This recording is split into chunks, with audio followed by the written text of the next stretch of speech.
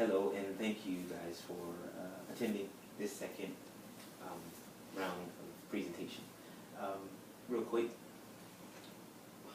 just a quick story about an individual by the name of Joe. Joe was a guy who, for a long time, had experienced homelessness, poverty, and he also had went from having house, home, from being exposed to a life of substance abuse to having absolutely nothing, from having absolutely nothing to going into the judicial system and being incarcerated for year after year after year after year. Upon Joe's release, things were being set in order so that he could actually be integrated back into society. But the only thing that happened was it was hard to find a felon the proper help or assistance to get him back on his feet. So Joe actually had to go into a treatment center. What this did to Joe, it broke him spiritually because he had already taken, or everything that he had physically had been taken away from him. And so what was left for him to have was some type of stabilization spiritually, and he was stabled mentally. But as time went on, every time he went to go and try to find assistance, something was there. A barrier was there. A barrier was there. So what happened to Joe? It went from just being a physical aspect to being a spiritual aspect, and he began to detach himself from his belief in God. Thereby, he also went through a mental anguish where he actually began to become unstable in his mental capacity. This is something that occurs with a lot of individuals that are experiencing poverty. And poverty can happen at so many different levels. It happens on a spiritual level, it happens on a physical level, which is obvious, and it also happens mentally, or it destroys the mental capacity of an individual that experiences it. Some of the things that individuals actually experience when they are physically going through a stage of poverty, outside of the obvious, the loss of home, the loss of job, the loss of money, people begin to physically suffer health-wise because there is a lack of access to health care. Another thing is when they go through mentally, poverty has broken them down on a mental standpoint. They actually begin to experience chemical imbalances, which in turn takes them on this roller coaster of I'm up today, I'm down tomorrow, I'm up today, I'm down tomorrow. Actually, there was a poll that was taken, and I'm going to step back a couple of years just to kind of give this some grounding. In 2007, there was a poll that was taken in the United States.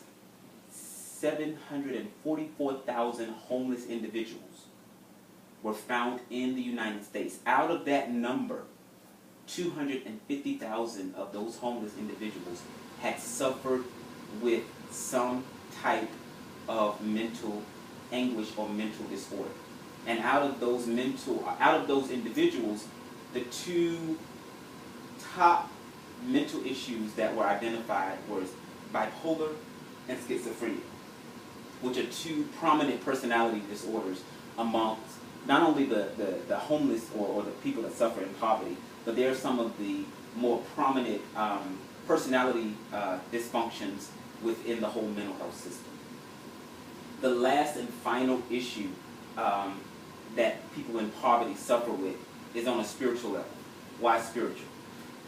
I feel that spiritually this happens. It could be a twofold thing. We do understand that, you know, the Bible talks of us.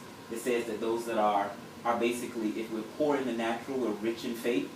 Well, being poverty-stricken spiritually can hit you in a twofold way. If you're not careful, you can detach yourself from God because you're like, oh God, why am I here? Why is this going on?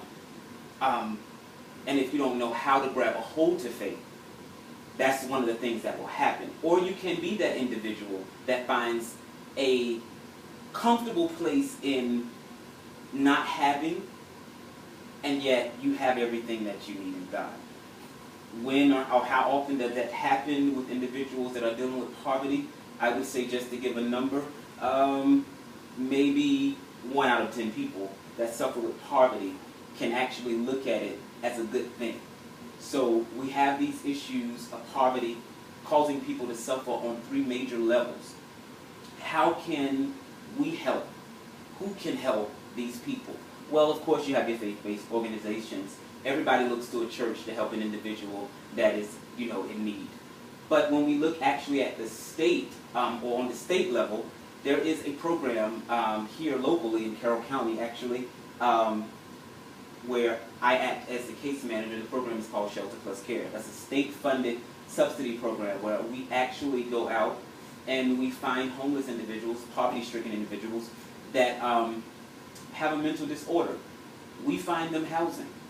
We locate every type of community service agency within that region to support them, and we take and we subsidize their living. So if they have some type of income, they don't have to take their entire income and put it towards their rent, put it towards their electricity. We take 30% of whatever they make, and we make sure that we cover the rest of the bill of whatever, whether it's rent or whether it's utilities. Now, what I did was, because it was kind of difficult, if you ever want to look up our program, it is online, of course, shelterpluscare.org. But what I did was, there are actually no numbers up there, but I figured within Carroll County, we're serving 13 people. Within Baltimore City, they're serving about 99 people in the same program. Within Frederick County, I think it's about 99 or a little bit more. And I think Howard County, they run about 50 to 75.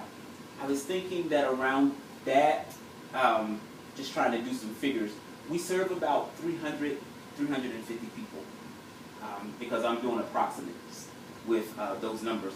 But Shelter Plus Care serves about 300 or more individuals that are poverty-stricken and need some type of assistance.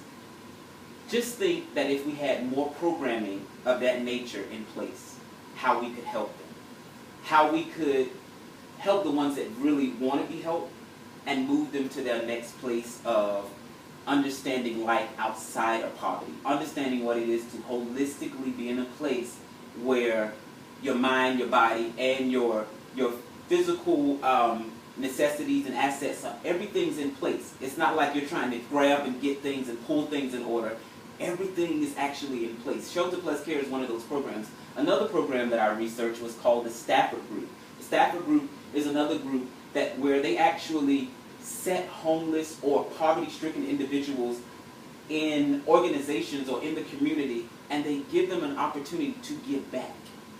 They give them the chance to be empowered by putting them in a position to be able to help somebody else. So if you were to go into, say, a soup kitchen, or if you were to go into, say, a clothes closet, and you see a person sitting there that, may be homeless, or our first instinct is to give to that person.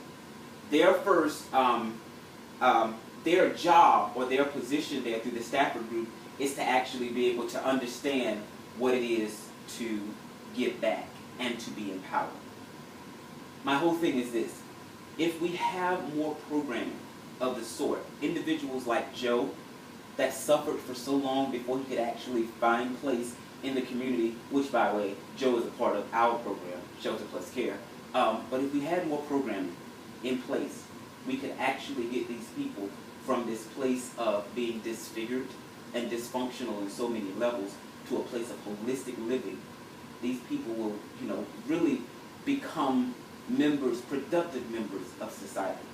So we want to just kind of not put the responsibility on you, but kind of just put the responsibility on you.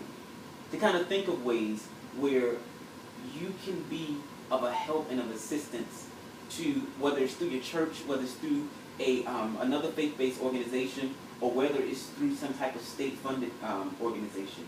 You want to be at the place where you yourselves are helping individuals that are suffering at any level, and you give back to them. That's right. Thank you.